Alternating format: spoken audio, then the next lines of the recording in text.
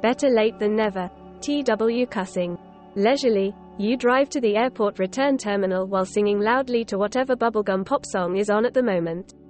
You pull up to the pickup point where you see a throng of travelers waiting for their rides. You easily spot the slouched silhouette of your rather irritated boyfriend sitting on a bench next to his suitcase. His leg bounces quickly as he chews his nails, a habit that you once found endearing, but now looks quite disgusting. You check the time. Perfect. As intended, you've arrived fashionably late. Your boyfriend glances up and recognizes the color of your classic 68 feet red Chevrolet Camaro. You see his gaze glide over the body of the car, the look in his eyes both appreciative and oddly lustful. He had once studied your body in a similar manner, a while back.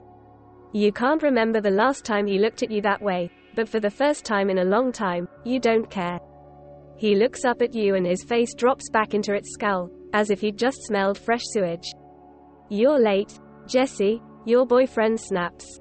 Oh, it's so good to see you too, Chris. Welcome back, you replied cheerily. He always did hate it when you were sarcastic. He huffs and opens the door roughly to put down the passenger seat and place his suitcase in the back seat. You would chastise him about being gentle with an older car, but you're not in the mood to be called a nag again. Chris complains, would it kill you to be on time just once? Just every once in a while? As a change-up from every single day?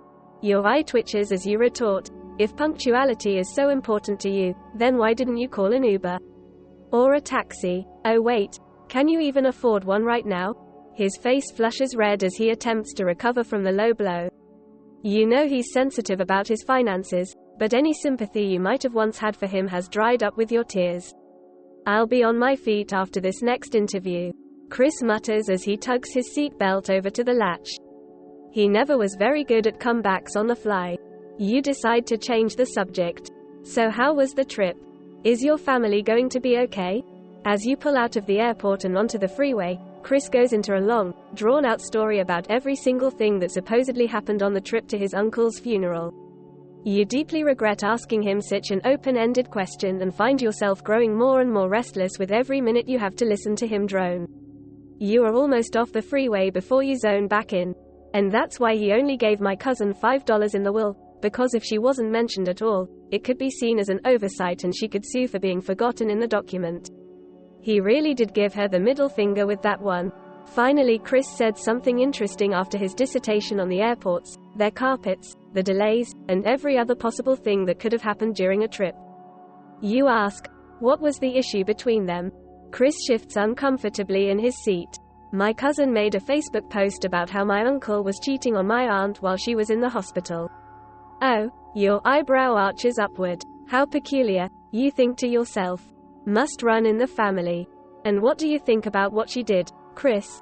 You ask maliciously. He licks his lips, to lubricate the lies, and says nonchalantly, my uncle was in the wrong but my cousin shouldn't have called it out publicly on Facebook like that. You reply, and what do you think she should have done? Perhaps it was the tone in your voice or the way you said it, but he looks right at you and glares. What are you really asking? He snarls. Finally, perhaps Chris realizes that he isn't as good of an actor as he thinks he is. You ask the questions that have been burning on your tongue since you first found out. How long have you been cheating on me, Chris? Did you really think I wouldn't notice? He has the audacity to look surprised as he splutters, what the F? What are you talking about? Sleeping with who? How could you say that? You merely focus on the road as you coldly reply, you can spare me the performance, Christopher. I know you've been sleeping with Alex Sagan since at least the beginning of the year. Chris' mouth drops open and he becomes unusually quiet as it registers that you know. After what feels like eternity, Chris is the first to speak. Why didn't you say anything if you knew, Jesse? He asks you softly. Why wait? You pause. I had to be sure. Both you and Chris sit in the tense silence as you wait for the light to change. You had pictured this moment in your head over and over, wondering how it would go, but you hadn't imagined how angry you'd still be. You thought that all those months of fuming and raging and crying had been enough to deal with the pain, but even now you still felt anger burning in your chest.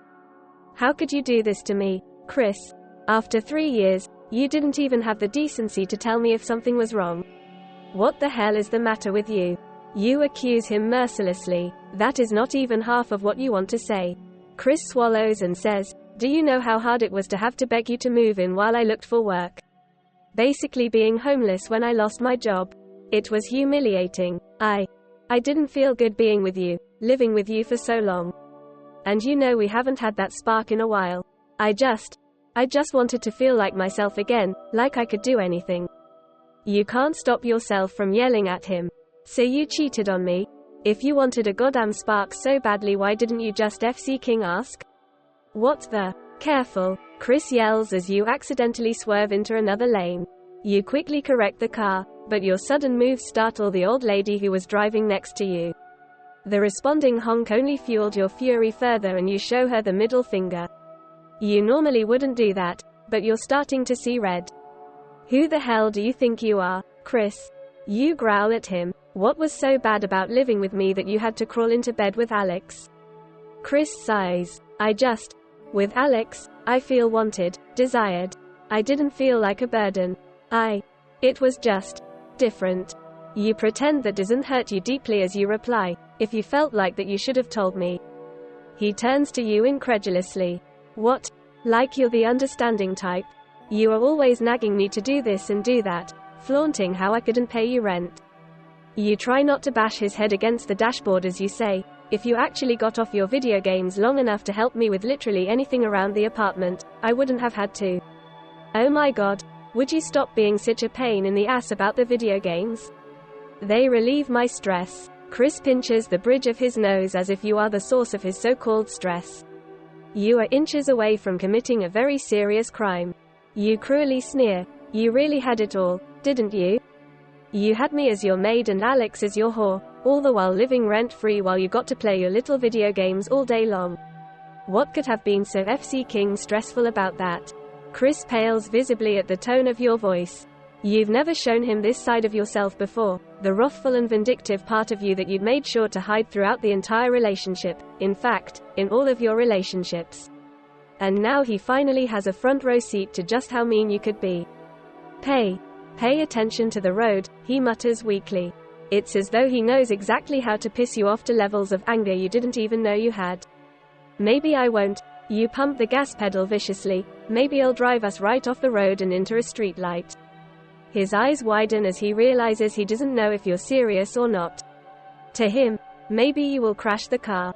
Chris looks at you as if he doesn't even recognize you anymore.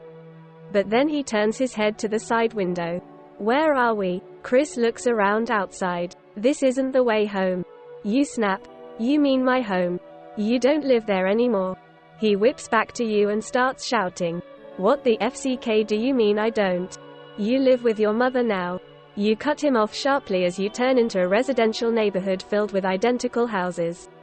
You're trying to find the right street again, but you can't remember which turn it was.